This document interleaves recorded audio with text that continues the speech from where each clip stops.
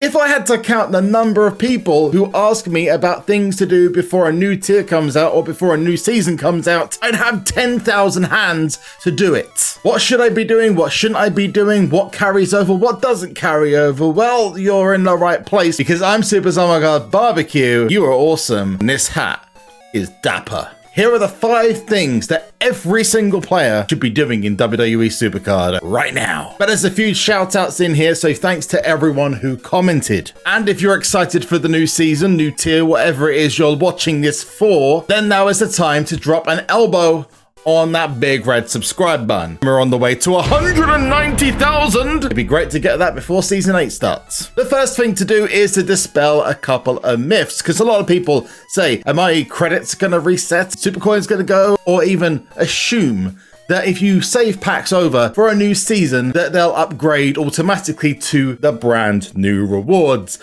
Well, this is where I'm gonna put a dampener on that and say 9 times out of 10, that don't happen. You may have saved up PvP League packs or Team Battleground packs or even Giants Unleashed packs. They're likely to be the same when you venture over to the new season or the next tier. Now don't get me wrong, it's not always been that way, but recently it did change in the last 2 tiers, so about Forged tier time, where PvP rewards no longer count for brand new tiers. And Team Battleground and Giants Unleashed packs have never carried over. But hey, there's no harm in trying, but it will take up a lot of space, especially considering Giants Unleashed is the event at the moment. The only possible asterisk to that is Team Stomping Ground rewards, because if you're not aware already, Team Stomping Grounds offers you a reward if you win of 2 exclusive draft picks and some super coins dependent on where you rank up, whether you're at the top or whether you're at the bottom. But the people are not worried about those. The people are worried about the exclusive draft picks.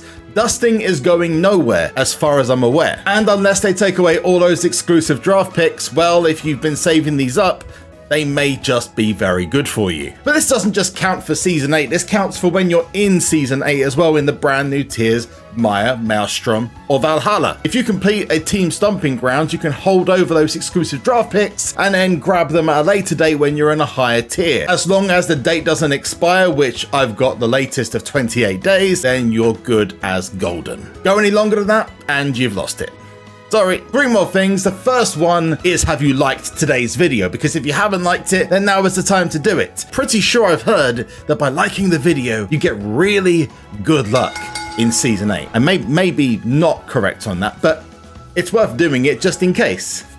Anyway, down to the last 2, and that is, first of all, ladder rewards don't carry over. Most people know this. Yes, achievements and ladders you need to be getting now because it's all going to reset the second that Season 8 comes along. And then one big one, and that is that credits, tickets, and super coins will carry over into the new Season 2. Now, I just so happen to have 709 tickets, even though the limit is supposed to be 500. And I've also got myself now 50,000 Money in the Bank.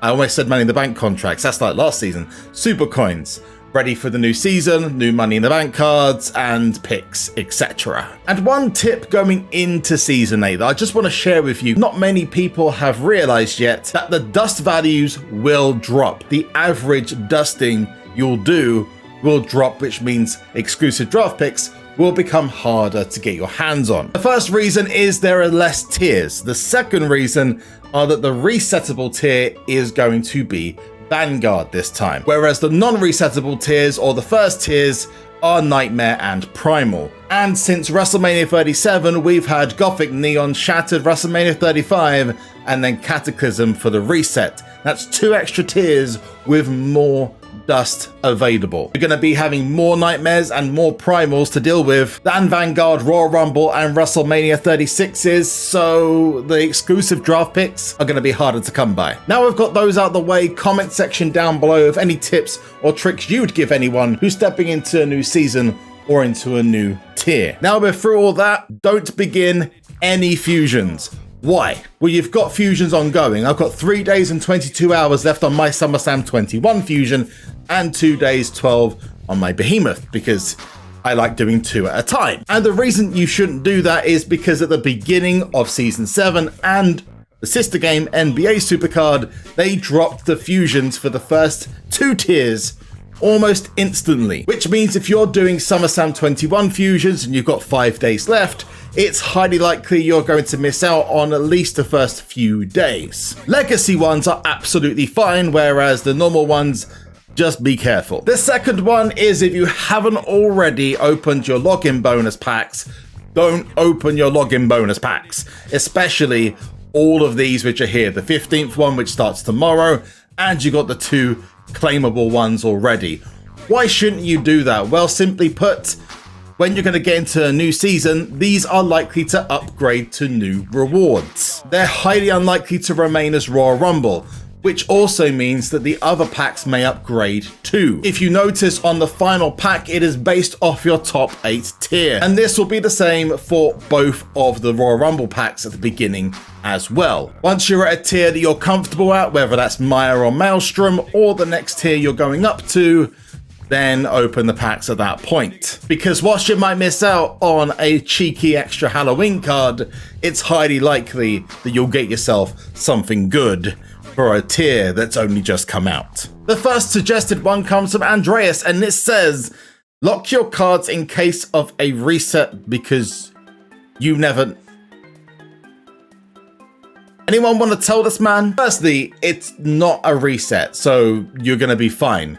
The second thing is that you wouldn't lose your cards anyway if it was a reset, so you don't have to worry about that. But thanks for the input, Andreas. I really appreciate it. I think. The third one comes from Beast Mode COD Gamer, who says saving your tickets and super coins. Now this one is a little bit outdated, but it does help for one other reason, which I'm about to go through, because at the beginning of Season 7, I made a very, very big mistake. And that was, I opened all my tickets and super coin packs at the very beginning of the season, and you don't want to do that. Why? Well, oh, I've got a hat on. I can't do the whole... Yeah.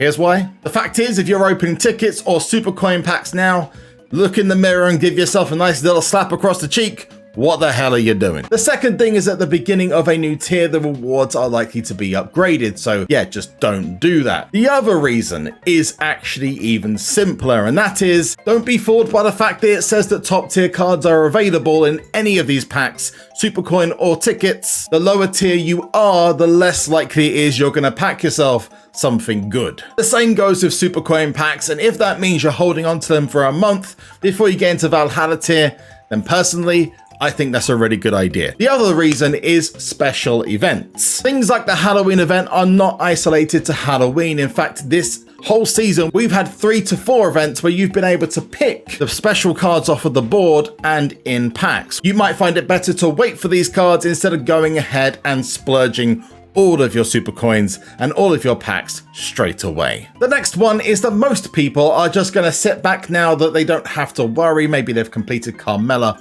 already, and they're just going to chill for the rest of the season. Well, let me just tell you, that would be the worst thing you can do, because the next one suggested by Paceycat is continuing to play PvP and Money in the Bank.